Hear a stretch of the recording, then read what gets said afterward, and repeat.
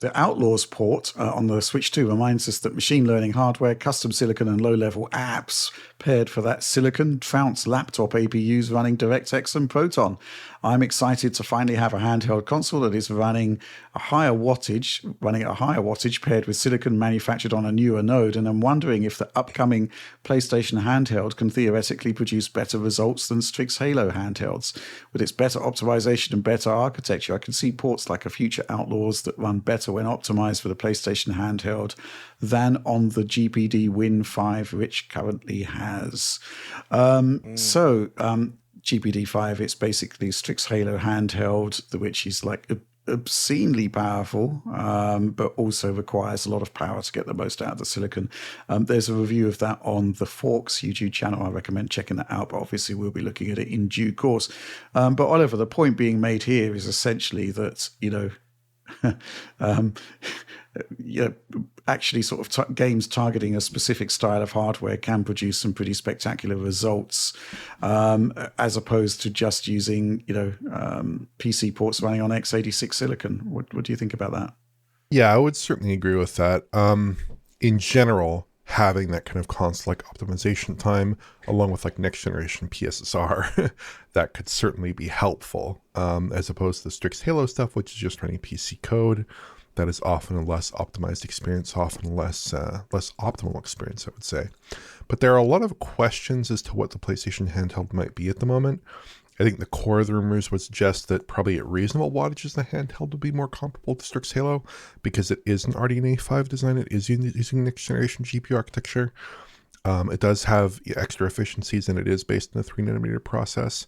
But I kind of question as to whether it would be comparable at something like 45 or 50 watts. That seems like a pretty large thermal gap to breach there. And I'd suggest that probably, when you look at the Fox's testing, maybe something like a 25 watt Strix Halo, a 30 watt Strix Halo, something more in that kind of range in terms of graphics performance would be more realistic, perhaps. I'm just kind of spitballing here because we just don't know on the GPU side. But the GPU side is more understood than the CPU side, and I think that's kind of another wild card here, because Strix Halo is essentially 8 Zen 5 cores at reasonable clocks when gaming, hooked up to, a pretty good memory interface. Whereas the PS handheld was initially reported as being maybe 4 Zen 6C cores, or the more recent rumor is 4 Zen 6C cores and 2 Zen 6 low power cores, just for the operating system and background tasks and things like that. So is that sufficient? And what are the CPU clocks in that scenario as well? So I think on the GPU side, it's maybe a little bit more explicable just because there's a pretty obvious range of what they'd be offering. On the CPU side, it's a little bit less obvious. And I also think that, if the intention is to target 30 FPS in a wide range of software on the PlayStation handheld, they could scale that back somewhat.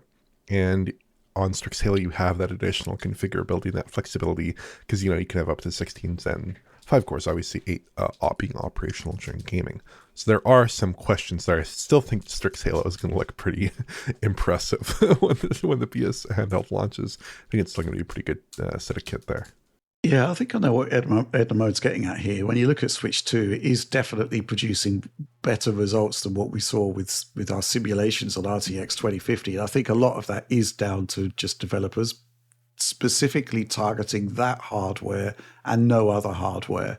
And it's certainly paid off. I'm still quite amazed at what Cyberpunk 2077 is doing, for example.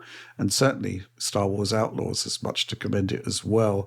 I can see that sort of advantage of talking to one specific piece of hardware as having, it's not really down to the specs as such. It's down to what the developers are going to do with those specs.